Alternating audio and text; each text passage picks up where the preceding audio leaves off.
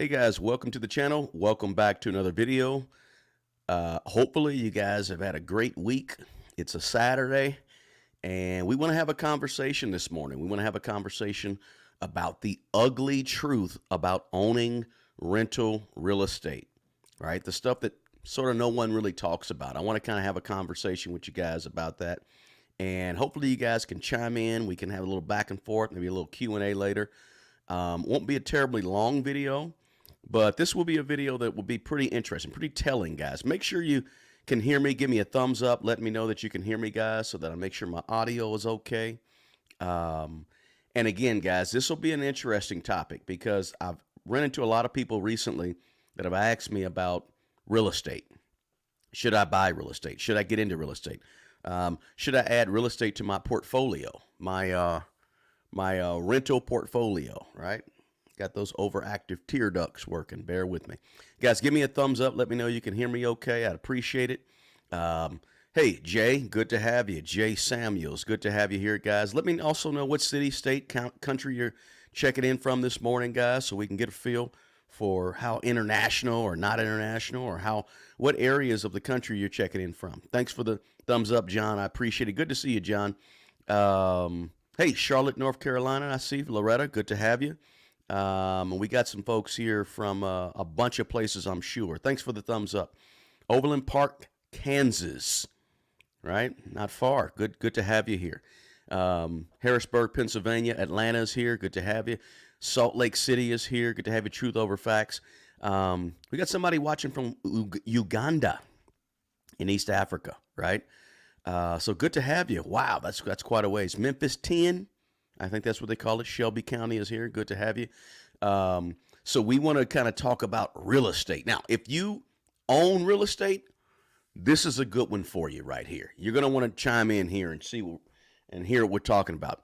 Now, if you don't own real estate and you're thinking about owning real estate, you need to pay close attention. Maybe you don't have any rental property, but you're maybe thinking about getting some rental property.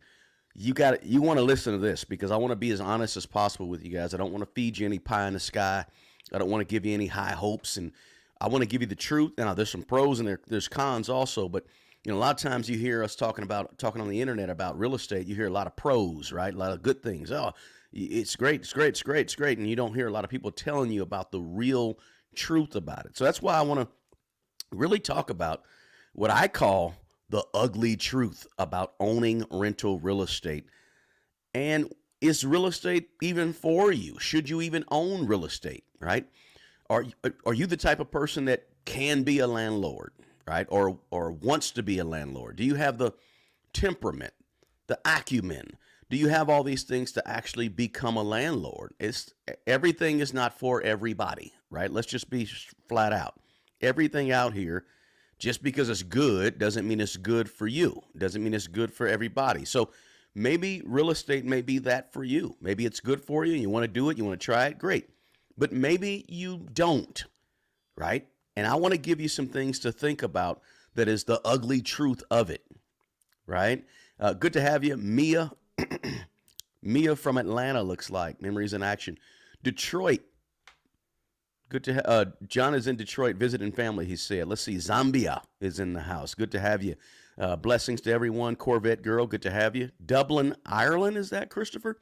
If so, good to have you, Christopher, in the house. Let's see here. So if you do have rental property, let me know in the comments real quick if you don't mind, guys. I'm just curious who has rental property, who doesn't have rental property in the house, because we're going to get more and more people to kind of trickle in. And I want to see, at least from you guys in the beginning, who actually owns rental property. Got Los Angeles in the house. We got Long Island, New York, Corvette girl. We got Marcel Anderson coming in from Los Angeles, California. So we're all over the country, guys. Maryland. Guys, let me know if you own rental property. Somebody said they own some rental properties in Kansas City, Missouri. Awesome. That's where my properties were or are. And I had a bunch of them down there in the city. Let's see, 3 properties here. Good. We got, somebody said Nigeria, SLC. I don't know what SLC is, guys. LB, no rental property. LB, is that Long Beach? What is LB? Not sure what that is. Let me know. But who has rental property? And By the way, who wants to have rental property? If you want to have rental property, let me know that in the comments. Just say, I'd like to have rental property. I want some rental property. I do, whatever it is.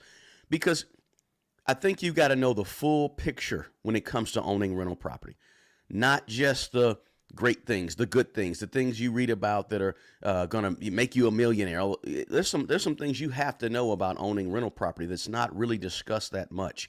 And that's why I want to have this conversation, because I really want to set you guys up, if you do want to have rental property, for success, right? As opposed to issues, problems. Nobody told me this. Hey, they didn't say it was going to be like this, right? I had braces about 2 years ago. And when I had braces, I said, yeah, I'm going to get some braces. My teeth going to be fixed, all that good stuff. And yeah, look all right, right?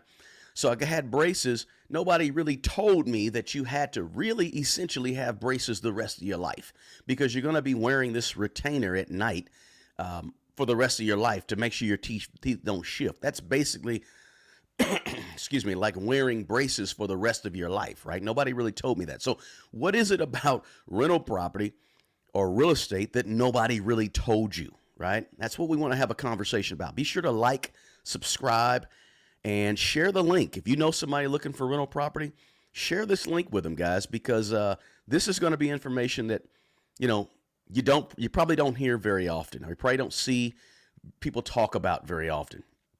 So I want to dig into it, guys. Seattle's in the house. Good to have you. So the ugly truth about owning rental real estate. By the way, if you have a question for me, feel free to put a Q next to it in the chat, and I'll try to make sure I get to it. So looks like, let's see, let's run back through the chat here. Iceland? Is someone in Iceland? Wow. Don't tell me we have some. If you're in Iceland, lovely heart. If you're in Iceland, wow, that's a long way from here. Fantastic. Wow. So, so some people do. Okay, I see some. I do have rental property. Some people say I want to have rental property. Mrs. Moore, if you want to have rental property, please listen to this. Please share this video with anybody you know who wants to have rental property. We all have that family member who've been saying, oh, I want to get into real estate. Oh, yeah, I want to get into real estate. They've been saying it for like 10 or 15 years, right? Oh, I want to get into real estate. They never got into it. But this is a video they need to see, right? Whether you manage your own properties, which is cool, or if you have a rental or have a property manager managing your property. These are still very applicable things. Now, let me suggest this off the top for all you guys. And just so you know, I've owned real estate for 23 years, almost 24 years now. Owned rental real estate, and I've managed my own real estate. I had six or seven properties I owned and managed, and now I'm down to 2 rental properties. I just have 2, right? I don't have hundreds and all that, right? But 2, or 6, 7, or 2 over the course of 24 years. I got some experiences that I want to share with you guys. So that's kind of my background. I don't know if I set that up front or not. I don't think I did, but so that way you know that you're talking to somebody's talking that actually has experience what he's talking about. So I was going somewhere, but I forgot. All right, so let's just jump into it, guys. Let's see, Iceland. Oh, somebody had a question up front. Let's answer. Someone mentioned land bank. Land bank of every city. They pretty much they're the arm of most cities that own sort of the I can't give you the perfect definition, but they usually own some of the broken down homes, and they will purchase the homes and they will sell the homes for discounts and so forth. That's the land bank here where I am. Now, if your land bank does something different than that, guys, drop it in the chat. Let Dominica know. But land banks are just it's a bank, but it is more of a bank that picks up, typically in our area, they pick up sort of the rough properties, the properties that are built ready to destroy and so forth. Somebody says, I want a multifamily unit. There's nothing wrong with that. I like that. Having a multifamily unit and live there is pretty interesting, Breezy. Be careful about that, because when you live around your tenants, that can be a little fishy and a little interesting. So you got to be careful about that. Somebody says, I have rental properties in Nigeria and I spend most money in repairs. Yeah. So, hey, bro, from India, good to have you, percentage. All right. So let's talk about that. By the way, guys, down below, 24 Laws of Money, free in the chat description. Please check that out. 24 Laws of Money, free. 24 Principles of Money. One-on-one coaching is down there as well, guys. The ability to join the channel at the advanced level is down in the description box also. I partner with Mint Mobile on this, as I always do, because I like Mint Mobile. Very inexpensive, but excellent premium wireless services. They got some specials going on right now. You might have saw some of the commercials, but they're real solid. So I always like to promote them or talk about them, right? But let's jump into it, guys. What do you need to know before you become a landlord, and what is the ugly truth about owning some rental properties? Here's the truth. If I'm too loud, guys, let me know. I don't want to yell too much, but here's the truth about being a landlord, okay? The truth is that everybody can't do it. That's the truth. Everybody's just not cut out to be a landlord, right?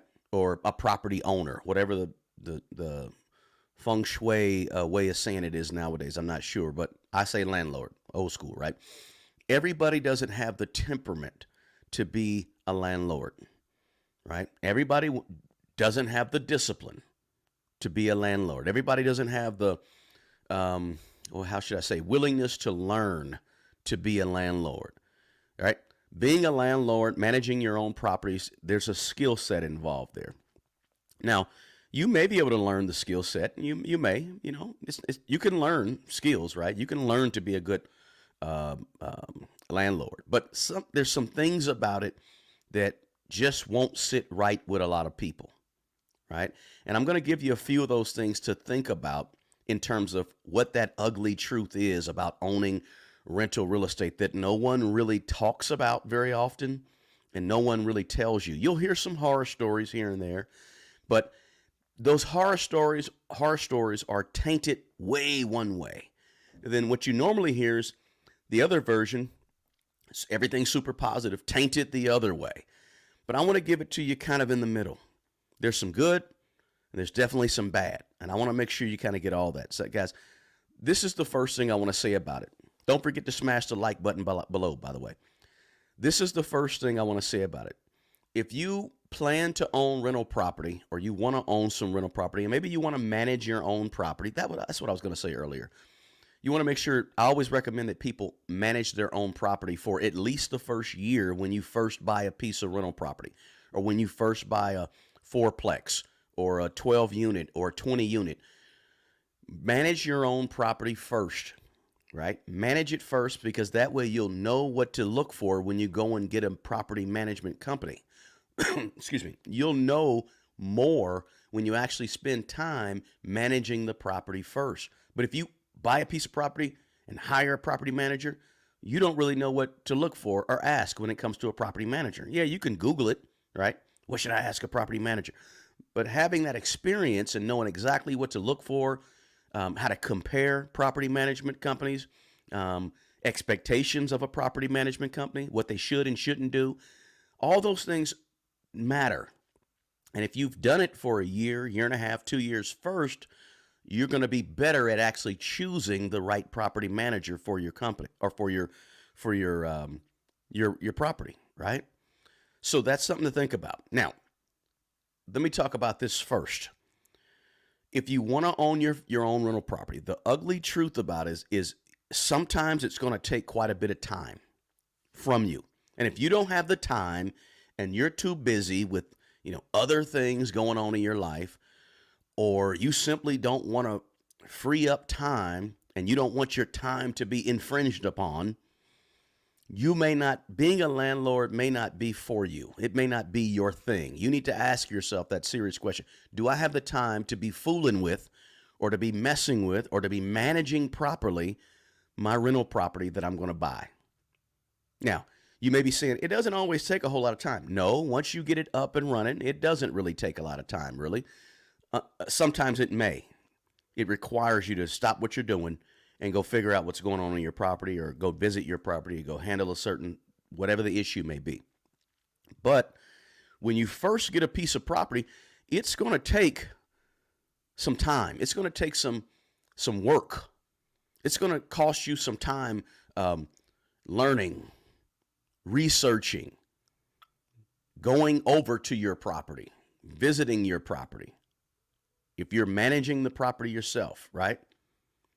If the property is vacant, you have to do repairs and maintenance on the property.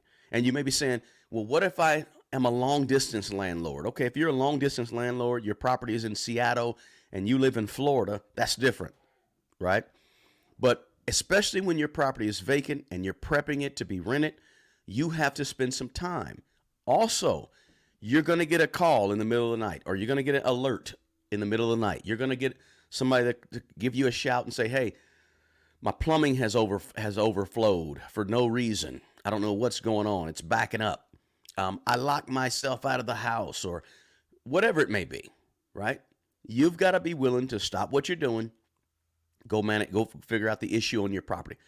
Do you have the time that it takes to be a landlord or a manager of your own properties, or to own real estate, or to do the repairs, or to do, do the research, right? Do you have the time? You have to ask yourself, do you have the time to deal with the stuff that comes up? Because stuff will come up automatically. If you think emergencies come up when you own one house that you live in, imagine the emergencies that are going to come up when you own 5 properties that you don't live in, that you aren't taking good care of. That's 5 times more stuff that's going to be coming up that you have to be willing to stop what you're doing and go deal with. You got to be asking yourself, do you have that time? That's the truth about owning rental real estate and managing your own rental real estate. Yes, it's going to take, now when you get your property rented, you get an excellent tenant in there who pays on time and takes good care of the property. Of course, those are the 2 criteria for a good tenant, by the way. 2 criteria only, right? They take good care of the property and they pay their rent in full on time. That's the only thing. Now, when you get one of those in your property, things run smoother. They do typically run smoother. Now, you will have some issues, but things will run a little bit smoother. But everybody's not that lucky, right? We all know people who have torn a property up, right? That happens. That will happen. So that's the first thing, guys. Do you have the actual time to deal with the stuff that you have to deal with when it comes to renting your property? That's the ugly truth. Let's see here. I'm just going back through the chat real quick. Loretta says, I have no rental property, but I'm here for the information. Excellent. I appreciate you, Loretta. Just looking to see if we have any Q's in there. Good morning from Seattle. Own 1 rental property, Miss V. Yep. Let's focus on this. All right, good. Just looking to see if we got any Q's in the chat, guys. Question, did you watch the video about landlords possibly having to be responsible for utilities on their rentals in the future? No, I didn't watch that, Miss Reynolds. But depending on where you are, there are a lot of restrictions on landlords that are coming in a lot of cities in America. Restrictions on what you can and cannot do, who you can put in your properties and who you can't. Those restrictions are coming. More control is coming, which for landlords is not good, to be honest with you, because you own a piece of property, it's your business, and you want to have some say-so in it. Let's see here. Somebody said, why did I divest myself from my rental properties?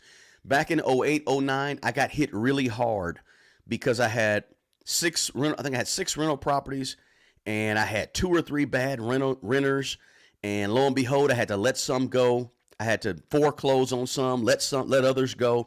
I didn't manage the properties right. And I learned a lot in that process. That's one of the reasons I share this stuff with you guys, because I've made mistakes with my rental properties in the past. And so I like to share mistakes that I've made with you guys. And that's one of the reasons I want to do this type of video, is to say, hey, look out for this as a landlord. They didn't tell you this, but this may happen to you. So that's some of the reasons I kind of got hit hard back in 08, 09. I did hold on to 2 rental properties after about 2014 or so, which is good. So let's see, I've been a landlord for 30 years, and it's sometimes great, and sometimes you have to put out a lot of fires. Traveler now, you're exactly correct. Absolutely. You got to put out a lot of fires, and you got to be ready to put out those fires. And if you don't want to put out those fires, this may not be for you. It may not be your thing. But for me, guys, I like real estate because I like to diversify my portfolio of assets, right? I don't want to just be all in the stock market. I don't want to just be all in the business called Smart Money Bro, LLC, right? I want to be diversified. Real estate, stock market, business. I like to do a little bit of all of it. Now, number two, let's go to the next thing I'm going to tell you guys about the ugly truth about being a landlord or owning rental property. Man, I got these overactive tear ducts that make it look like I'm crying all the time. I promise you guys I'm not crying. All right. So here's the big one. A big one for people that want to be a landlord or want to consider getting into real estate. If you're not good with dealing with stress, being a landlord may not be for you. Because being a landlord, as I think a few people have pointed out in the chat, being a landlord can cause you some stress. Because what you're really working with in terms of being a landlord, you're working with people, human beings. And anytime you work with people and human beings, it's hard, it's difficult, right? You don't just own a piece of property when you're a landlord or you're a property owner. You don't just own a piece of property. If it was just owning a piece of property, because we're not talking about land here, right? There's different types of properties, right? We got land, we got all commercial, all that. But we're talking about rental real estate, right? That you have like single families, multifamilies, duplexes, triplexes, flats, whatever. But it can cause stress. If you're a worrier and you're not sure and you're always worrying and you're always stressed out, being a landlord, being a property owner that rents out their property may not be for you, because you're going to be wondering, am I going to get the rent? Are they going to tear the property up? What's going to happen with this right here? What's going to happen with that? Should I? Would I? Maybe I don't. I'm so stressed out. If that's you, being a landlord, managing your own property may not be for you. Just flat out. That's the ugly truth that some people don't talk about. And it's the ugly truth that a lot of people just don't tell you, right? Because there's a lot of things to worry about. There's a lot of moving parts when you own one property. A lot of moving parts, right? Buying the property is one thing. That's a whole process in of itself, right? Whether you buy it on the courthouse steps or whether you buy it from you write up the contract yourself to buy it, or whether you get a real estate agent, whoever it may be, you find your motivated seller, whatever it may be. It's a lot of worry just to buy the property. It's a whole nother stress level when you actually have to repair the property, do the maintenance on the property, do the upkeep, or get the property ready to rent. That's a whole nother level of stress, right? Is the property properly secured, right? Is anybody going over the property? Anybody not busting out the windows in the property? Anybody kicking down the door? Are they on drugs? Are they not on, right? There's all types of things to think about, to worry about when you're a landlord or you're managing your own property, right? Is the tenant going to pay their rent on time? Are they taking care of the property? Do I need to inspect the property again? Do I have to communicate with the tenant about something? These are things that can cause you stress. And if you have a management company, think about this. You got to worry about, is the management company doing what they're supposed to do? Are they handling their problems? You still got to worry about stuff, right? There's a lot of things to worry about. There's stress involved. It's not as simple as click a button, get a tenant in there, done. Okay, right? There's something called bad landlords that don't care about who they put in their properties, and don't don't care about this and don't care about that, don't care about how the house is taken care of, or if it's not taken care of. There's bad landlords out there. Everything I'm telling you is, we're talking about, you want to be a good landlord. You want to take good care of your property, take good care of the people, your people in the property, treat people with respect, be honest, have integrity, good character. If you want to be that landlord, there's going to be times and things that you will have to stress about. You're going to have to worry about. If you're a landlord in this chat right here, guys, you know what I'm talking about.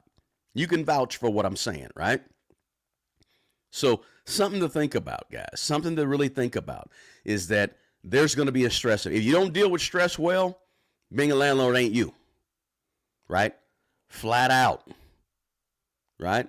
And somebody, Brown Eyes in the chat said, yes, I'm in California. There are a lot of restrictions. Oh, there's a lot of restrictions in California, right? I mean, there's a lot of restriction in California. So, but California is just, those things are going to happen throughout the whole country in America, where there's lots of restrictions for landlords. That's something else to stress about as a landlord, right? Having your freedom of how to run your property is slowly going away for a lot of folk, a lot of landlords in America. Just restrictions. When I say restrictions, I mean regulations, laws, things like that you have to adhere to, right? Let's see here. Miss V said, I live in my own condo for years before renting it out. We have a property manager on site. My tenants are required to have renter insurance. Excellent. I like those ideas, Miss V. Making sure your tenants are required to spend that 10, 15, 20 bucks a month to have renter's insurance. That's always a great idea. Let's see here. I had relatives that had tenants rip the wiring out of the house and destroyed the plumbing. Repairs were insane. Yes. Excuse me. So that happens, right? Badger Wolf said that causes so much stress. And for a landlord that only has 2 or 3 properties, 5 properties, 10 properties, even one property, that can make or break you, right? And that's stressful, like I said, right? So yeah, it's definitely something to consider, guys. Let's see here. I used to own 2 properties, says PSPS, and sold them. I want to try it again. I think you should. Listen, as much as the bad things I'm going to talk about on this video, there are some pros to owning rental property, obviously, right? But yes, stress will be there. Get ready for it, right? And if you can't handle it well, reconsider, right? Now, let's go to the next one. Next thing, by the way, guys, make sure you smash the like button. Smash it. Hit the thumbs up, right? That's a better way to say it, right? Hit the thumbs up. Don't smash, right? But you can smash. I like smash. But here's the deal. If you know somebody that is thinking about real estate or is in real estate, please share this link with them, because this is a conversation that they will understand. They will get. And also, if they're thinking about it, they will learn from this conversation, and they'll learn from this chat, the information that's being in the chat. Guys, you wouldn't believe how much I got some really intelligent folks that follow me and listen to me and subscribe to me, and they have lots of experiences. And I learn from reading the comments. And so someone would get some learning from this just by reading the comments, right? Mommy Trader's in here. Good to have you, Mommy Trader. I never understand why people would ruin homes like that. If you guys really saw how people live, it would shock you. Literally shock you as a landlord to see how people live when they're not outside walking around. When they go back home, man, I got some stories to tell you. One of my absolute worst tenants, and this happened 10 or 15 years ago, and I won't obviously say any names, but one of my absolute worst tenants who had a roach problem that you would not believe. Guess what this person did for a living? She cleaned houses for a living. That was her business. She was a pretty reputable housekeeper. We call a housekeeper, or she had a cleaning business where she cleaned for a living. It was pretty reputable. But she actually rented a property from me, and she tore the property up. And it was like, wow, wait a minute, you are a person that cleans for a living? Goodness gracious. All right, let's go to the next one, guys. We can go on and on about stories. If you want to be, here's number 3. If you want to be, this is the third ugly truth about owning rental properties. I got a number of these. If you want to be liked by everybody all the time, and you're just really super duper nice, and you really want people to like you and feel good, landlording may not be for you, right? Listen, you got to remember this as a landlord. You got to remember this. People will not like you automatically just because you are a landlord. Just because you are the owner of the property. People will hate on you for no other reason other than you're the landlord. Because of your title. You own the property, so there'll be people that don't like you just because you're the owner. And they had issues with one other owner. And so now anytime somebody's an owner or the landlord, they don't like you. Or they may treat you funny, mean, rude. May not even know who you are as a person, but they just know that's the landlord. That's the owner. And all landlord, this is the thing out there, guys. Understand this. In America, I don't know about other countries, but I can say in America, there is a general prevailing thought that all landlords are bad. Now, that's the ugly truth. A lot of people, not everybody, we know everybody doesn't think like that, but there's a large group of people in America that believe landlords are just bad. They're just bad people. They're taking advantage of tenants. Landlords are they're just not good people. This is what some people think. Not everybody, but some people. And you guys that are in the chat, you know what I'm talking about. There's this general prevailing thought that landlords, and that's one of the reasons why there's, laws and restrictions and things that are taking place, because there's this general prevailing underlying thought from a lot of people that all landlords are horrible people.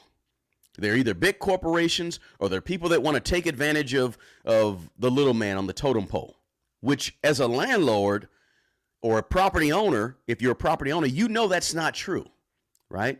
There's a lot of good and bad in everything. There's good and bad doctors, good and bad dentists, good and bad cooks at your local restaurant. There's good and bad everybody. Nurses, teachers, you name the profession. There's good and bad landlords as well. There's landlords that are slumlords. There's landlords that don't care about their renters. There are landlords that want to take advantage of their renters. But there's also a lot of good landlords too. A lot of good people that own rental property and really take it very serious to help people looking for homes, looking to rent. Right? So, but because there's this general underlying amongst a lot of people that landlords are bad, you got to remember this, guys. People are going to hate on you as a landlord. Everybody won't like you as a landlord, right? You as a landlord, you sometimes got to say things and do things that may not be popular towards your tenants and have conversations with them that are hard, tough conversations, right? Right? You cannot, sometimes as a landlord, you have to stick to what the lease says. You have to stick to what the lease says so you're in compliance, right? You have to charge a late fee as a landlord, right? You have to check tenants who may be violating the lease in any type of way. You have to do that as a business owner, as a landlord, right? I'm not telling you that you can't be kind and nice, but I'm telling you as a landlord, you got to have thick skin. If you're okay with being taken advantage of, and it doesn't bother you regularly, then you will be taken advantage of regularly, right? People will take advantage of you if you're too nice as a landlord. That's the ugly truth. And some people just automatically won't like you. Listen, it's okay to be nice. You should be nice. You should be kind always to your tenants. Respect, right? But being overly nice can work against you as a landlord, flat out. It can work against you. You have to be able to make the rules, stand on the rules, and be firm about what's in the lease. And this is all I tell people is this. When you're a landlord, follow the lease. That's it. Follow and enforce the lease. Can you bend the rules here and there? Yeah, you can. But up front, for the first 6 months, 1 year, 2 years, follow that lease to a T. It's just like when you're a teacher. Like, let me explain this, guys. I was a teacher. I taught for 7 years back in the 90s. I was a school teacher, right? Real live school teacher. And so the very first day of class, the first week, first 2 weeks, first month, I was hard. I was stringent, strict, right?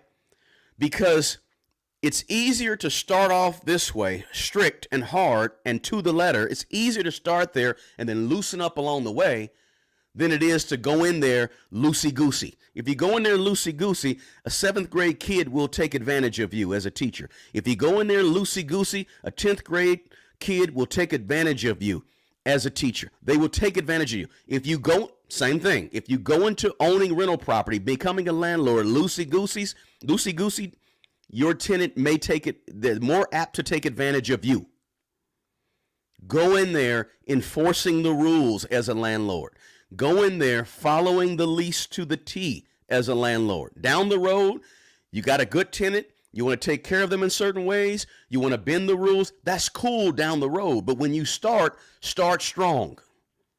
Loosen up along the way. Same thing I did as a school teacher. Start strong, strict, to the letter, to the point.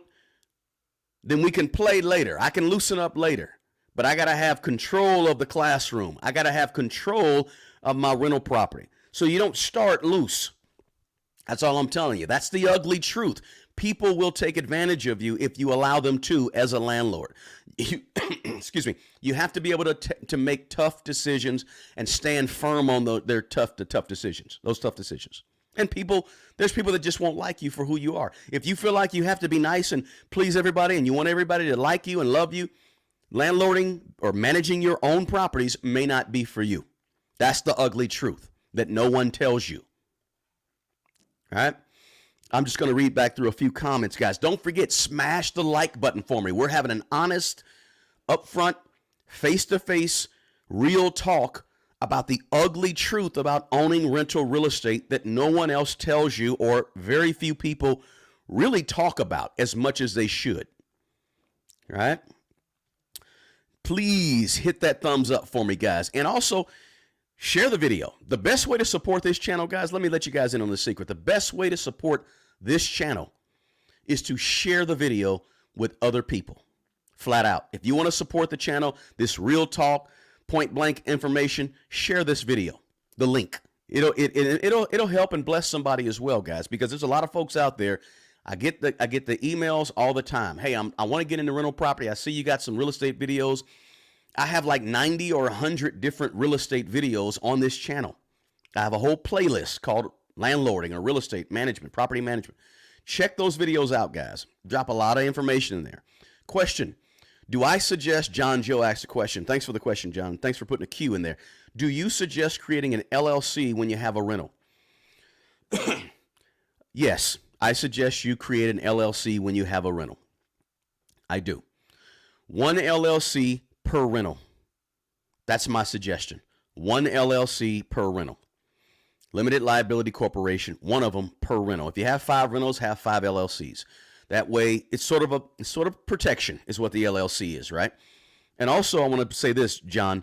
Not only have an LLC, but have a good CPA. Have somebody that's actually doing your taxes for you and doing them properly, and that you can trust. A good CPA and LLC, absolutely. I do suggest that. Let's see. Tenants do destroy properties. You better believe they destroy properties. Remember, there's only 2 things that make a good tenant. Take care of the property, pay the rent on time in full. That's it. If you do those 2 things, I'm not going to bother you as a landlord, as a person that manages the property. You just take care of the property and pay when you're supposed to pay. We're good. And I don't care if you paint that wall of whatever color, or if you want to do this or plant a garden outside. You can do whatever you want to do, right? I don't mind. Just take good care of the property and pay on time and in full. Excuse me. Let's see here. Just see if there's any more questions before I keep rolling with a few more things I want to share with you guys. Actually, there's quite a few more things I want to share with you. Thanks so much, Christopher, getting everybody on the like button. I appreciate it. Somebody said, I think I want to do an Airbnb. Airbnb is still Airbnb is owning a piece of rental property. Your maintenance and repair is going to be more when you do an Airbnb because you got to get in there more often. You got somebody for 2 days booked. Okay, when their 2 days is over, you got to send in somebody to clean up, or you got to go in and clean up. When you have somebody in for a week, cool. People still tear your property up, whether it's Airbnb or whether it's no matter what it is, right? They're going to still, you got to be careful about it, right? But there's some advantages to Airbnb as well. Let's see here. Let's keep it rolling. Now, the 4th thing that you got to consider, and the 4th thing that is the ugly truth about owning rental real estate that no one tells you or very few people talk about, is this. And this is probably the biggest thing that deters a lot of people. This is probably the biggest thing that destroys a landlord. If you don't like people or don't like working with people, or you have a low tolerance for people, being a landlord and managing your own property is not for you. If you don't like dealing with people's shenanigans, being a landlord may not be for you. The absolute, by far, this is hands down, guys. Mark my word. this spot in the video at 39 or 40 minutes. The absolute, by far, the hardest part of being a landlord or being a property owner or being a person that rents out property, the hardest part of that is dealing with the people, dealing with the tenants. That is by far the hardest part. It's not fixing up the property. It's not managing the maintenance and repairs. Those things are pretty cut and dry. Those things are like, moving widgets, right? The absolute hardest part is having to deal with a tenant. That's what's going to cause the stress. That's what's going to drain the energy out of you, right? Is dealing with tenants in particular, the people, right?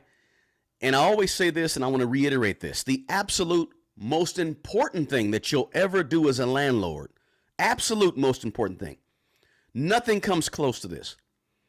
The absolute most important thing you must learn how to do if you have rental real estate is screen tenants. Screening tenants is by far the most important thing that you'll ever do as a property owner, as a landlord, as a person who rents out property and manages the property themselves.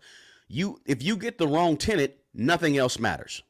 I don't care what beautiful light fixtures you put up, how much you spent on the windows, how well they keep the house good. It doesn't matter how it's painted, how it looks on the outside, how beautiful it is on the inside. Doesn't matter how nice the floors are, or how much money you spent on whatever. None of that matters. Right? Doesn't matter how much taxes cost or don't cost, what the HOA fees. Nothing matters if you have the wrong tenant in the property.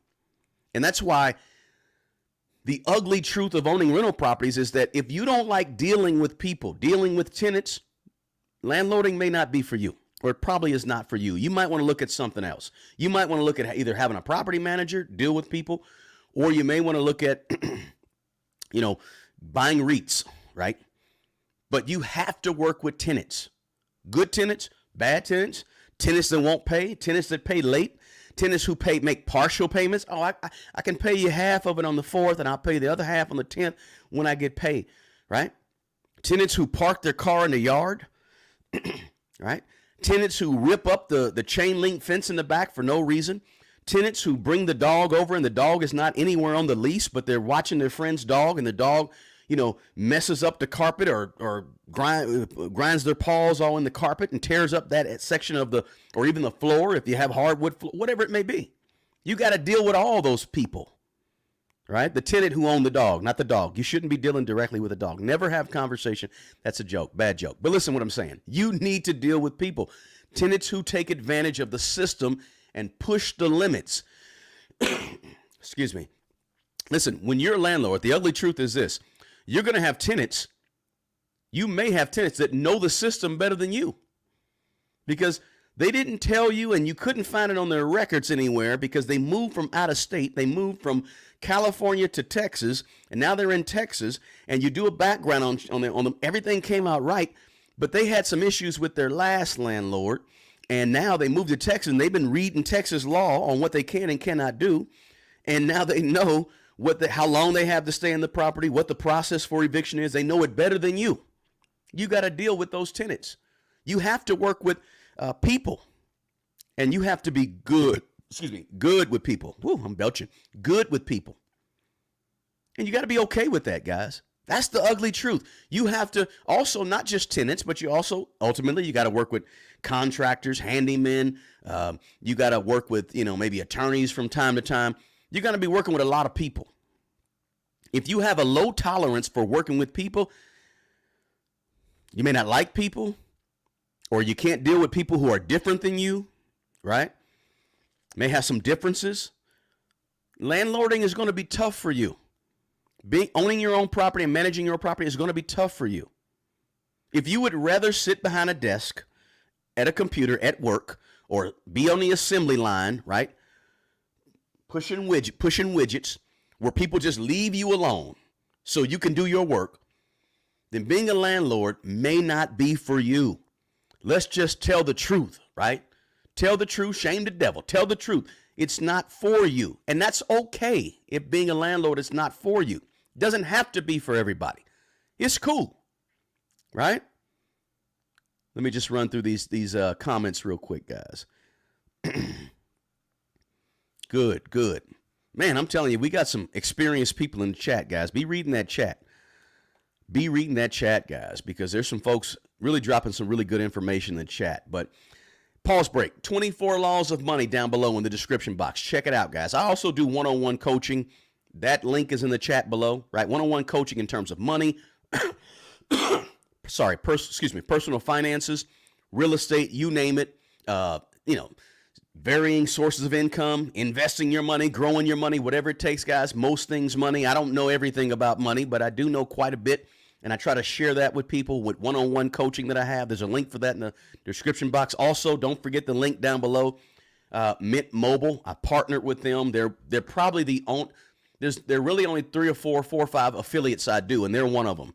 And I like to mention them because they have really solid premium wireless services that is very inexpensive but very good. There's a link to that below as well. Don't forget to share this video, guys, the link to this video with other folks, and also smash the like button, guys.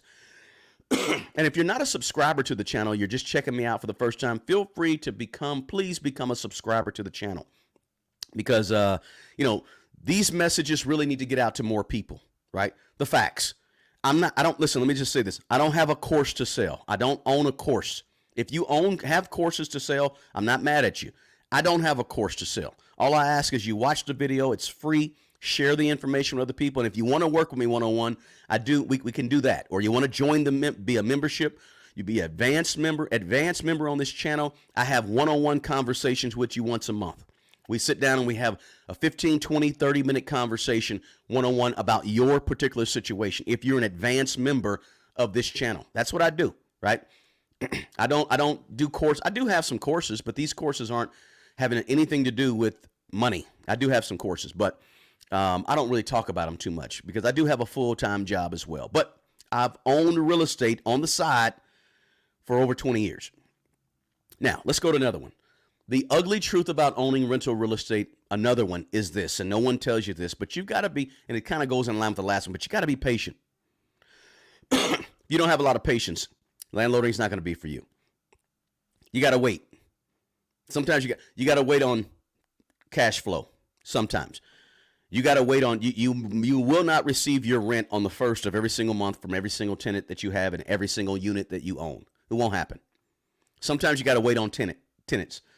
Sometimes you got to wait on even your property manager if you have somebody else running the property, managing the property, right? You have to also, as a landlord owning property, you have to wait on the appreciation of the property, right? Properties usually go up in value here in America, right? Things appreciate, or real estate appreciates. You got to wait, right? You bought a property for $200,000 a day. It's not going to be worth $300,000 next year. It's not going to be worth $300,000 in 2 years. It may take 15 years to get to $300,000. It may take 20 years, right? Patience, right?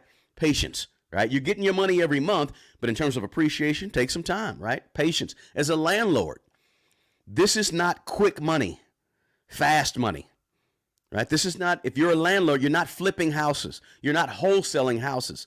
So you're not looking to get all your money back, $20,000 in 5 months, 3 months, 2 months, right? Right? You can invest your money in a stock or something like that, and you can see some good returns, 12%.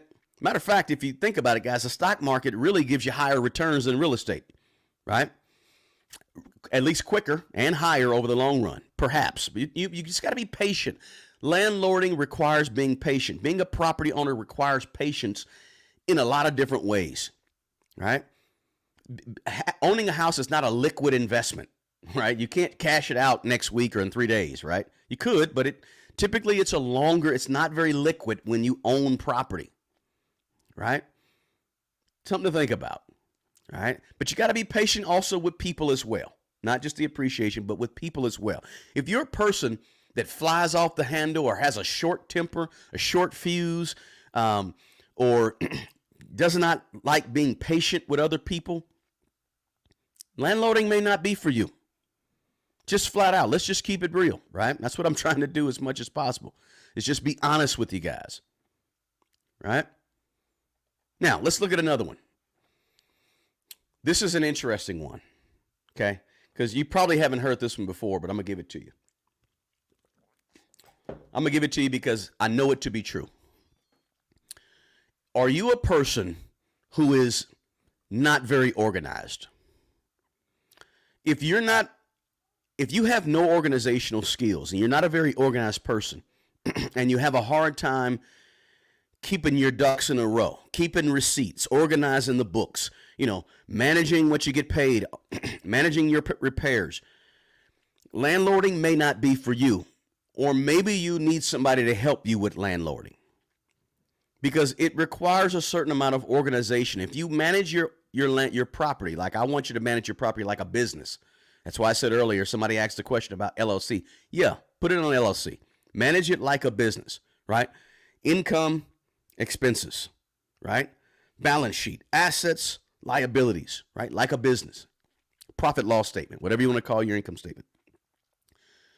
But you have to be organized. You want to be organized.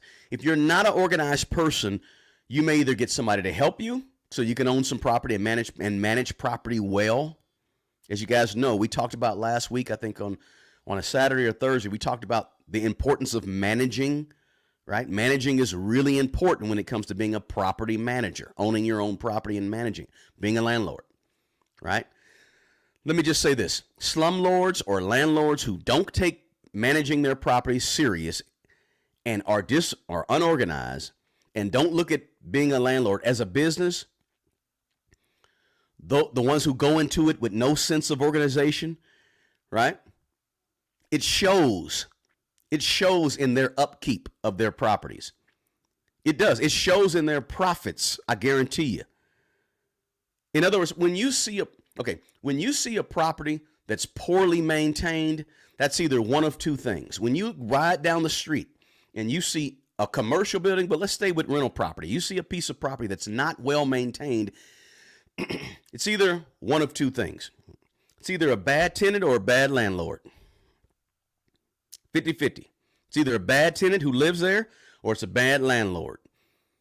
Now, when I say bad landlord, because if you're a good landlord, you're going to be on the people who's not taking care of the property and say, hey, you can't do this, you can't do that, it's not in the lease, whatever. That's what a good landlord does. But it's also, I don't want to go too deep in that. Let me just say that, right? You got to be organized. If you have no sense of organization, it shows in your property, in how your property is taken care of, right? Listen, you can always get help, guys. You don't have to always do it all alone. You can either get a property manager, or maybe you're married, you have a spouse who is a little bit better at that type of thing. Bring them along, right? I've seen many spouses who do this thing together. One spouse is good at keeping the books. The other spouse is good at making repairs and rounding up contractors and all that good stuff and vetting contractors. But if you have a couple of people, it can help you, right? Be careful about partnerships. Not a big fan of partnerships when it comes to property. You can do partnerships, and some of them do really well, right? Using different strengths. I'm not mad at partnerships. Just be careful about them, right? But each person can bring different things to the table. I get it. But if you can't run a business and be organized, don't plan on being a good landlord. It takes a certain amount of management skills to be a good landlord. Too many landlords, too many property owners, they run their property like it's just a part-time gig, no big deal. I don't care very much about it. And then that property becomes shabby. It becomes an afterthought. It becomes something that's more of a pain than a help. It becomes the eyesore of the community because the tenant doesn't care, because the landlord doesn't care, because the property owner doesn't care about it. So now next thing you know, you get a property that's ran down and it's torn up and it's not taken good care of because the landlord does not hold the tenant responsible. And next thing you know, you have this problem in the neighborhood because the landlord is not organized, so they don't care about the property. And that organization is a characteristic or a skill set that really makes for a better, solid manager of property, a better, solid landlord, point blank. That's the ugly truth of owning rental real estate. When you see a property that's torn down, it's only two things: the tenant, but I hold the landlord responsible too, because the landlord should be enforcing the lease, right? And in most leases, I got a really good video on here telling about the main 15 clauses that should be in every rental lease. You might check it out, right? Go to my YouTube channel, go to the playlist that says landlording or real estate, and thumb through there. All right. Now, another thing, the ugly truth. Let me get to this one because this one is like incredibly important. Before I get to it, let me just run through the chat and see if I missed a question. Guys, if you have a question for me, please feel free. Put a Q, right? Don't forget, we should have 200, 300, 400 likes on this video, guys. So get the likes up for me if you can, guys. I appreciate it. Let's see here. If I were to do this, I would have someone else handle things. Let's see. A guy on YouTube had a tenant stealing electricity from a communal outlet in the building hallway, and it was dangerous. Yeah. I've had people hook up generators. Couldn't get their property going. They hook up generators in the shed in the back, right? Run a line to their, I mean, people are incredible what they do, right? Let's see here. I'm just reading, see if I got a question. If I don't have a question, if you got one, feel free to drop it in the chat, guys, and I'll look at it. Let's see. All right, nothing's jumping out. Now, question, what do you think about renting out a condo in a high-rise building in the high urban areas? It's okay. Nothing wrong with renting out a condo as long as, you know, you run the numbers and make sure the numbers make sense. You know, you own the property and you pay a mortgage on the condo of $1,500 a month and you can rent it out for $2,500 a month. Great. Or you own the condo and you pay a mortgage on it of $1,000 a month and you can get, you know, $1,700. Great. If you can only listen, let me say that. That's a great question, Vivian. If you own a piece of property and your margin on the property is, let's say you get $150 a month on the property, right? You got to really weigh that property out. Is it really worth it? Because $150 a month is $1,800 a year. Yeah, right? Yeah, $1,800 a year. You have one major repair that's over $2,000 you lost on that property that year. Got to be careful with your margins. So please run the numbers on that. There's nothing wrong with renting out a condo in an urban area. Just make sure you run the numbers and it's profitable for you, right? Because otherwise you'll become it's easy and quick to become another disgruntled landlord because you're not making money at it. When you have only one property and you're making $100, $200 on it a month, after everything's paid, I mean everything, repairs, maintenance, all this good stuff, it may not be worth it. You got to weigh that. That's the truth about it. And I know you'll hear all these stories about, yeah, you know, I got 10 houses. And listen, it doesn't matter how many property you own. If you got, okay, let's say you got 10 properties and you only make $200 a month from each property. You're only making $2,000 a month total. But let's say you have 2 paid for properties or nearly paid for, and you make $1,000 a month on those 2 properties. You're making the same $2,000 with 2 properties, but you got 8 less headaches, right? You got to weigh all that when it comes to owning rental property, all right? Those are things you got to think about. Let's say, oh, somebody said, oh, yeah, there are a lot of real bad landlords. Absolutely, there's a lot of bad landlords, but there's a lot of good ones, too. I don't want to just rain on the parade of landlords because there's a lot of good landlords out there who want to do the right thing and want to help out people. Somebody said, how do I screen repairmen? That's an interesting question. Can I explain this to you before I get to a few more of the things I want to share with you about the ugly truth? This is a truth, too. When it comes to maintenance people, when you first own a piece of property, you may not find a good maintenance person. I do not use large contractors in my properties. I used to. I don't anymore. I don't use the large contractor who has the guy with the super nice brand new van, and he gets out the van, he has a wonderful uniform on, and he's got 25 workers that are ready to go. I don't use those type of people on my rental properties. Remember, I only have 2 properties. Now, if I had more properties, perhaps, but I only got 2. I always use this is how I save money. I use the mom and pop guys or the mom and pop people, right? I use the mom and pop people. I have two or three handy guys that I've been using. I have 2 or 3 electricians. I have 2 or 3 plumbers. I have 2 or 3 roofers and gutter guys, right? The reason I have 2 or 3 of everything is because when you find a really good maintenance person, they're typically going to be what? Busy. Because they're good. If they're good, they're going to be busy. If your maintenance person is always sitting around the house not doing nothing, it means maybe they're not as good as they could be, because they would be in demand if they're insured and good, right? Always make sure you want to have them insured, right? But handy people is who I try to use.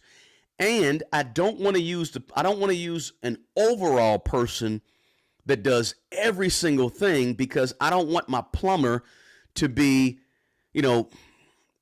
fixing a door necessarily. I want my plumber to do plumbing. I want my HVAC to do HVAC, heating and venting and air conditioning, right? I want him to do that. I want my roofer to do roofing. I don't want my roofer doing my drywall necessarily.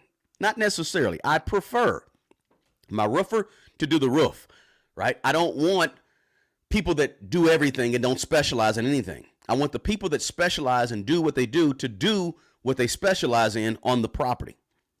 And again, I don't use the big box people, because the big box people, when you pay them for a job, you're going to give them $10,000. $6,000 of that goes on labor because they had 10 guys come over to do. I don't want that. I want the interior painter that's not going to charge me $5,000 because he got to pay for all this overhead. I want the good, solid, super good interior guy who's insured, but who does the work on his own, and he charges me $2,000 instead of $5,000 because his overhead is lower. When you first start off renting property, you may not find, it's going to take you a minute to get those people. But that's how I do it. And I'm pretty loyal to the people that work with me because I've had them for a long time. My painter's been painting for me for 15 years. My handyman has been with me for 23 years. 23 out of 24 years I've owned property. My my main plumber and electrician guys, those guys have been with me for 20 years. Because when people do good work, I make sure they get paid, and I make sure I give them a little tip and take care of them, right? That's important to do. So I went off, but how do I screen out repair people? There's a lot of ways if you're first starting out. You can, check online, check reviews, see if there's been something negative said about them online, on Facebook, on Instagram, wherever it may be, right? Check all your sources. Right? Check around. When you first become a landlord, I always suggest this. Make sure when you first become a landlord, you join the local landlord association. Because when you join that local landlord association, maybe it's in your county, your city, your state, whatever it may be, join them, because there's going to be so many people there that can refer good people to you, good maintenance repair people, right? That's one of the ways that you can screen good repair people, by getting good referrals from people that already are in the business, have already used them, and recommend them. If I'm in the business and I own rental property, and somebody comes to me and says, "Hey, I need my electrical done. I need somebody to look at my two light fixtures are not working. I need a good handy person to come over." I am going to refer them to somebody I trust, somebody I know, somebody that I know can do good work. And when you go to that first or second or third landlord association meeting, you're going to run into other good investors, take their card or whatever, exchange numbers, emails, whatever it may be, and start talking to them, because they're going to refer you to good people who do the work that you need done.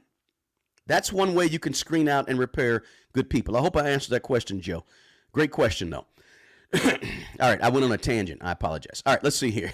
Let's see. You're welcome, Joe. My pleasure. Now, let me give you this other thing. This other ugly truth about owning rental real estate that you need to know that no one tells you.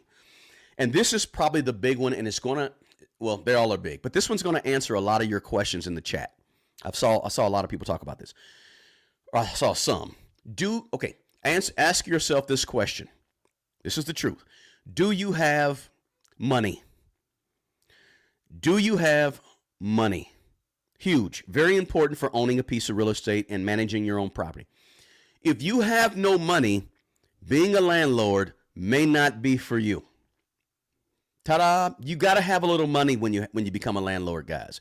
And I know people don't talk about this very often. You won't hear this very often. You won't get your big YouTubers that deal with real estate. They'll give you these fancy 8-minute videos that show you, flash this in front of you and flash. They'll pump you up and motivate you, right? But here's the truth. Having one property is very hard. if it's not yielding you enough money of profit to cover itself. Having only one property where you make, after all is said and done, and when I say all is said and done, I mean taxes, insurance, mortgage, repairs and maintenance, HOA fees, whatever it may be. When all those things are done and said and done, and you make $200 a month on one piece of property that you own, it's going to be hard for you, because there probably will be a point where you're going to have to dig into your own personal money, because if you don't have money. And that's why the ugly truth about owning rental real estate is you need to have some money, right, to cover issues, problems, etc. Because if you only have one or two properties, guys, and you've just got them, and you're only making $100 or $200 or $300, $400 a month on each one, if you have a major repair, it's going to soak up all your money if you have no money, right? If you go into being a landlord or property owner and you have no money, you're going to be risking a lot. And it's only going to add to your stress and your worry that we talked about earlier. If you have no money, owning rental real estate may not be for you. This is why I suggest to everybody that wants to own real estate for the first time, rental real estate, and they want to manage their own properties, have a couple properties, right? Great. Do it. But don't do it until you have a little money. Don't do it where it's all OPM, you're putting down 1%, you ain't got no money, but you're highly leveraged, right? You bought a piece of property for $200,000 or $300,000 and the property's only worth $300,000, right? And then you're making a payment of $1,500 a month and you're renting it out for $1,700 a month, right? Everything feels cool, but guess what? If you have a property and you own the property and your mortgage is $1,500 a month and you rent it out for $1,700 a month, and you put a good tenant in there, they're working good, but guess what? That tenant loses their job, skips out of town on you, doesn't pay, right? Your house sits empty for 3 months. Let's say 3 months. It's taking you a while. You got to come out of your own pocket $4,500 for those 3 months. You got to be able to pay $4,500 plus repairs, because that person left it in shambles. You got to pay all that out of your own pocket. And guess what? If you have no money, what are you going to do? Property's going to sit there vacant. I guarantee you guys that 50% of all the properties that you see, 50% of all the ran down single family homes or multifamily units, 50% of them, this is my opinion. This is just an opinion. I don't have stats to back it up. But my opinion is that half the properties you see that are ran down because you got owners who don't have money. Owners that don't have money to repair properties. Because like in that scenario I just gave you, the $300,000 house that now is empty for 2 or 3 months, it's probably sitting in a pretty decent neighborhood costing $300,000. That property is going to sit until you have the money to repair it. And if you don't get the money to repair it, what's going to happen? You got to go out and get a loan. We got to put it on a credit card. You got to take money from your own household to go repair the property. Have money when you buy rental property. That's the ugly truth about owning rental properties. You need to have money or access to money. Right? That's the ugly truth. It's okay. Just mark my word on that. Please, I want you to own property. I really want you to own property. It's very important that you think about and really strongly consider adding some tangible assets to your portfolio. Not just paper assets, but tangible assets, right? Paper assets being stock market, bonds, whatever you may buy or have, right? Index funds, ETF, those are paper assets. Some tangible assets like real estate is something I really want everybody to consider strongly having. I don't want to discourage you in this video, but I want to be honest with you. I want to tell you the truth. Sometimes the truth about owning rental real estate is ugly. And one of the biggest truths is if you don't have money, it's going to be very, very difficult, especially when you first start out. It's going to be very hard. I can attest to that. Been there, done that. Right? This is why I'm explaining this to you Maybe with such passion because I understand exactly what I'm talking about here. A lot of people get into real estate and they really don't have much money, and then they get surprised, shocked, disgruntled, mad, angry.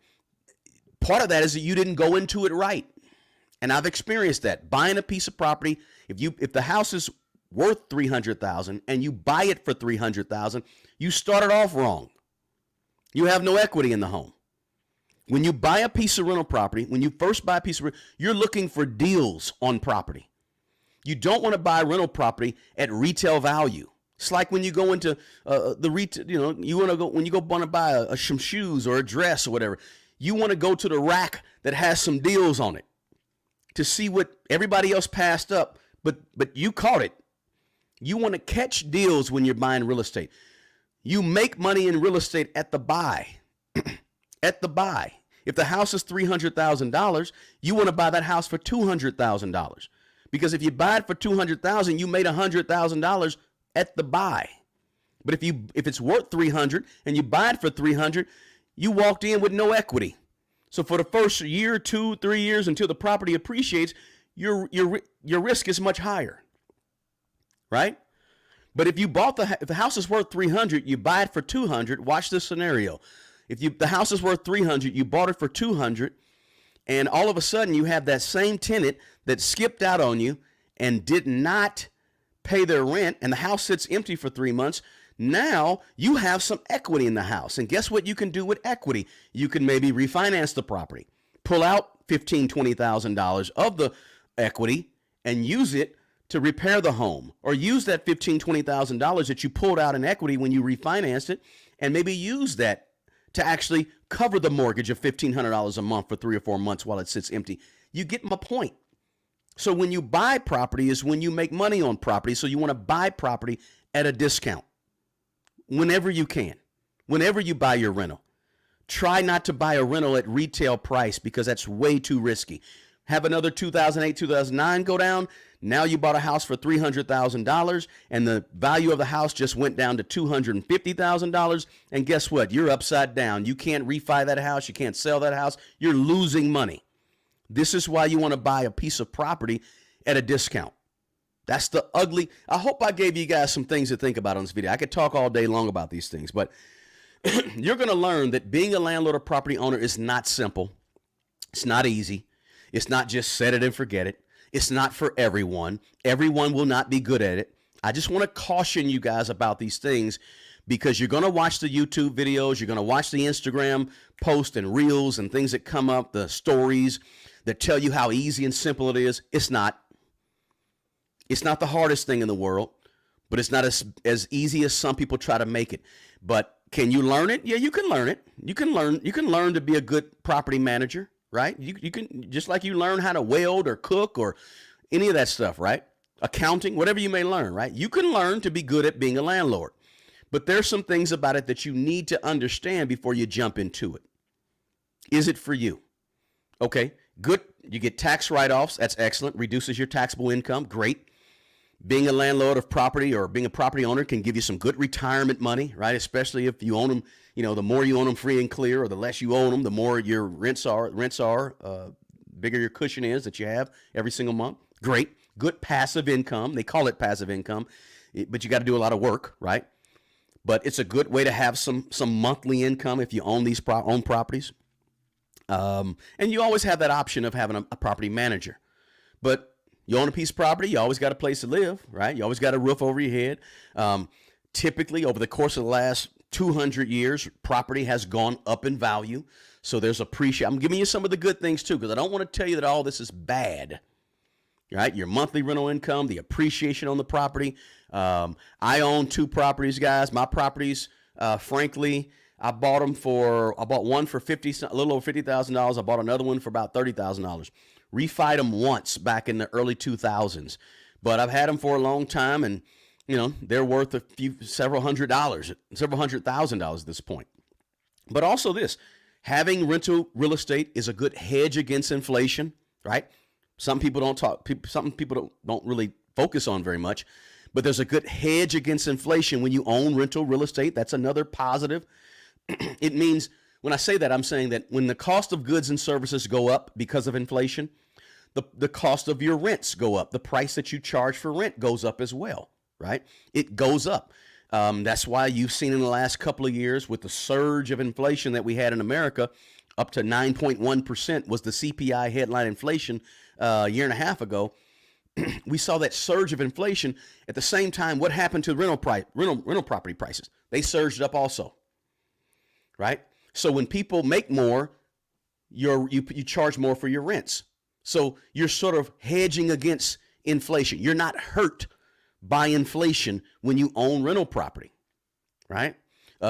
In 2022, the stock market was down. I think the S&P was down 18%, a little over 18% or so. But rent prices and mortgages, or not mortgages, but the cost of properties went up. So that's why I really want you guys to be diversified in your investments, right? We spent some time a couple of weeks ago talking about index funds on this live. I want you to be in the stock market. I want you to have ETFs, right? VOO, VTI. I want you to have ETFs. But I also want you to have tangible real estate. But I want you, again, to know the real about real estate. Not the phony, not the fake, not the flash, the real. It's not easy. If you want to be a good landlord, it's not easy. If it's not for you, it's not a big deal. You can always still get into real estate somehow. You can go in with a partner, right? You can buy a piece of real estate and have a property management company. You can buy REITs, real estate investment trusts, right? You can work in real estate as an agent, a broker, title company. You can own your own title company. You can wholesale properties. You can flip properties. There's a lot of ways to be in real estate without having to own and manage your own real estate. So I don't want to discourage you from being in real estate. I want you to be in real estate, but still, we got to be honest about it. There's many ways to invest, but we got to be honest. My goal here, guys, was to give you some things to consider and give you the ugly truth about owning rental real estate that most people won't tell you. They won't go into this detail and they'll give you a 3-minute video or 5-minute or 10-minute video, 15-minute video. But sometimes some things require a little deeper conversation, right? Yes, pros and cons. Let me look back through the chat, guys. How much emergency savings should I have for a rental property? Lovely Heart ask. My rule of thumb is to have at least $5,000 per door. $5,000 ready to get to, cash or somewhere in it where you can get to it quickly, money market, whatever it may be. $5,000 per door. If you own a duplex with 2 doors, that's $10,000, just in case money. Just in case money. That's my suggestion to you guys. Let me go back through. I know I missed some other questions you had. If you did, put a Q in there for me, guys, and I'll go through them real quick. Let me see. I bought my rental property in 2010 for $19K, worth $150K today. Fantastic. That's what I'm talking about. Zenio guy. Discount. $19,000 14 years ago. Now it's worth $150K. Imagine if he had bought 10 of those. Spent $190,000 and bought 10 of those. He'd have $1.5 million in real estate right now. Very important, super important. Yes, start putting away money now so you're able to pick up the good deals, because the good deals on real estate may be coming. That's true, especially on commercial real estate. I might do a video about commercial real estate, but there's going to be a lot of commercial real estate come available. We'll talk about that at some point. The only difference between an owner and a renter is just a down payment. Okay. Lovely Heart said, thank you. You're welcome. Pros and cons. Yes, pros and cons. Thank you so much for transparency. Yes, guys. I want to be transparent on this video, on this channel. I don't have all the answers. I haven't done everything perfect. I've made a lot of mistakes with money and with rental properties, and that's why I want to pass that stuff on to you guys. Question. How and what is depreciation on a property? Let me say this before. I don't want to dig too deep into depreciation, but let me just say this, John. When you have a rental property, there's certain laws that you have to follow in terms of 27.5-year rule and other depreciating things in terms of what you can write off your taxes and all that good stuff. Have a good CPA who understands rental property, who understands real estate. That's really what I want you to do in terms of your taxes, right? Because I found out, guys, just a few years ago that you can't write every single repair off in 1 year when you own real estate. You can't write off everything in just 1 year. Some types of repairs on rental property, have to be written off over a time frame, over 27 and a half years, 29 years, whatever it is, right? Have a good renter, have a good CPA or somebody that does and helps you with your taxes. Very important. Keep all of your receipts, keep your ledgers and all that good stuff in good order. That's making sure that you actually are being organized, right? Being organized, right? The 27 and a half year rule, right? Keep that in mind, guys. You can't depreciation, right? Just, writing off a portion of the value. That's something that you can do, right? But without going too deep into that, we could have a whole video on that one.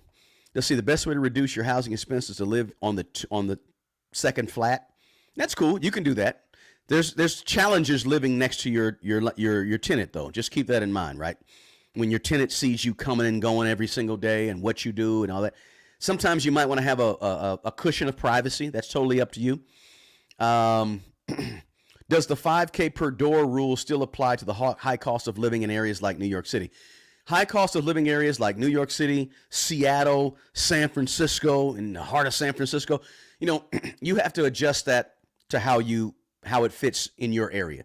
Where I live in the Midwest, 5,000 will take care of most big repairs. Most big repairs can be handled with $5,000. But if you live in an area where it takes $10,000, then you need to adjust that rule. There's a few hard and fast rules, but you got to adjust that based on where you live, right? House hacking a duplex is a great way to get started. I agree. Nothing wrong with house hacking a duplex, living on one side, renting out the other. House hacking is becoming more and more popular, where you live in a property and you rent out the basement, right? Very nice way to do it. I know several people that live in very expensive areas, and that's what they do to earn extra money to be able to afford where they live, right? Let's see, when you say commercial real estate, does that include condos and apartment complex? I'm thinking specifically business suites. Guys, if you do a little bit of research about commercial real estate, there's going to be a lot of commercial real estate, maybe $1 trillion worth of commercial real estate becoming due in the next year and a half at the end of 2024. So there's going to be a lot of commercial real estate, and a lot of commercial real estate is going to be sitting empty, because what is commercial real estate missing? It's missing tenants, because there's a lot of people doing a lot of stuff online, at home, watching or working from home. So a lot of businesses are faced with having too large of a footprint out there in the world with tangible real estate, commercial real estate. And so there's going to be a lot of real estate that may be available for inexpensive prices as well. But just be looking for that. I'm talking specifically commercial, not rental real estate, not condos and not apartment buildings. Question. What are some of the basic requirements to start wholesaling property? Good question. Wholesaling property is when you buy a piece of property, you find a motivated seller. When it comes to being wholesaler, guys, you have to find property at steep discounts. That means it's going to take a lot of work, a lot of legwork. It's not very simple. You also got to set up your buyers list as well. Make sure you have investors ready to go as well. I would first join, Curtis, I would join as many groups as I can on my social media feeds that do wholesaling. So you can start learning and talking to people that do it. You can get access to investors and so forth. I would join those groups, local real estate associations that do wholesaling that are near you. You need to begin to know people in the business, follow people in the business so you can learn in the business. And also you got to get used to looking at court records and, finding out who owns what parcel of land and what parcel, what properties as well. Start doing your research on how to research, how to look for sellers. Start doing your research on contracts, how to write up contracts with contingencies in them so you can make sure you secure a property properly. And also make sure you start, again, building an investor list so you have investors that are ready to go back and behind you and purchase the properties that you find.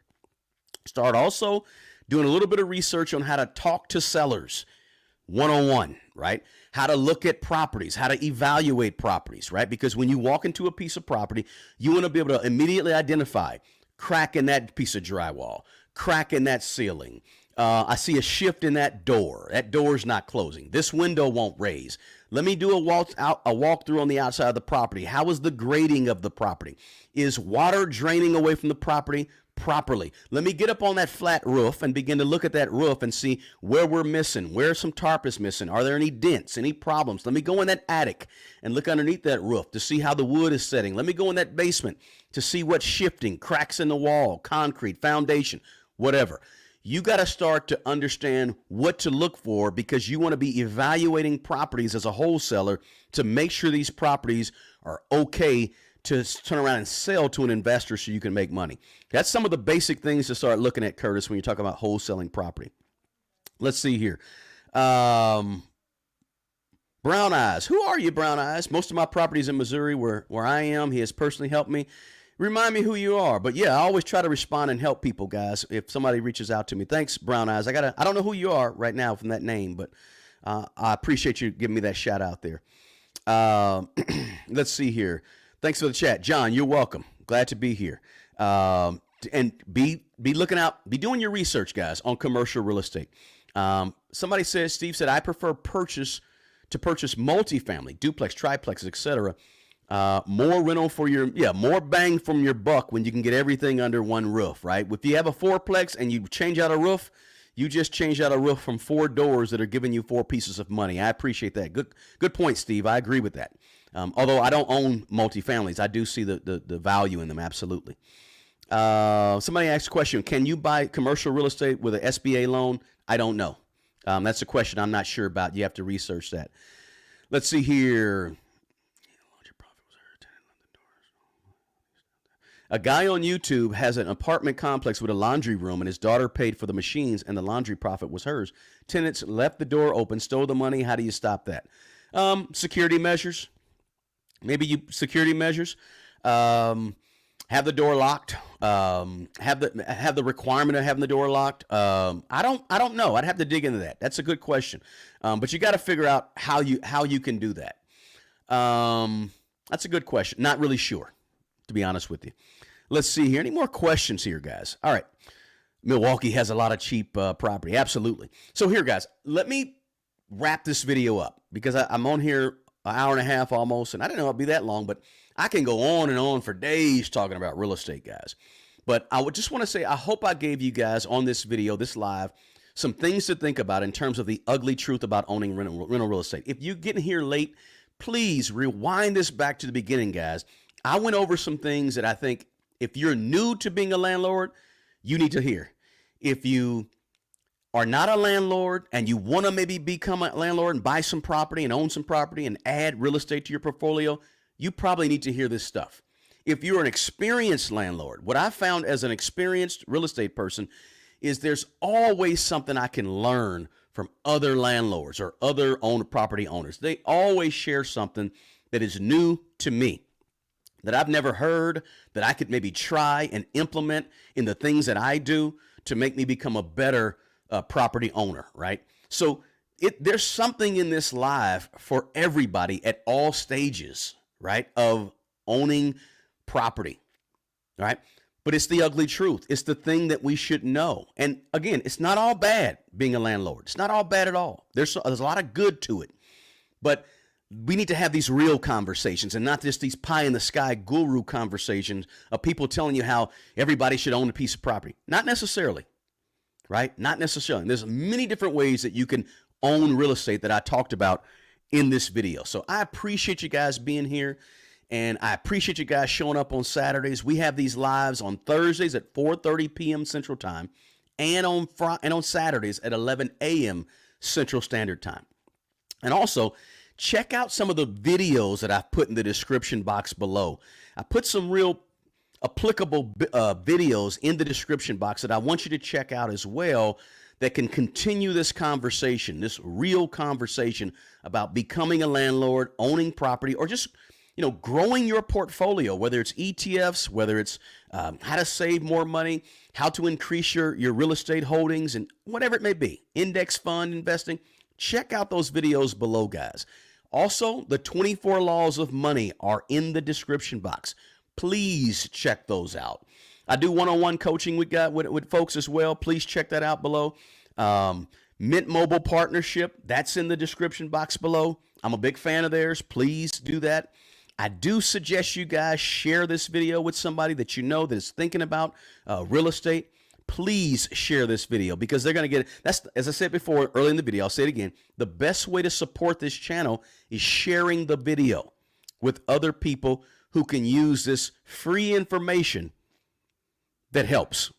Because all we want to do is help folks, right? That's the purpose of this, is to help folks, right? Again, I don't have a bunch of courses and things like that, guys. I do these videos on here to try to help fellow folks make more money, be better with their money, manage their money better, increase their money, invest their money, whether it's paper assets or whether it's real estate, right? I want you to get your money up. That's what I want you to do. Get your money up, right? And we can do it, right? I really believe that anybody can do it with some strategy, right?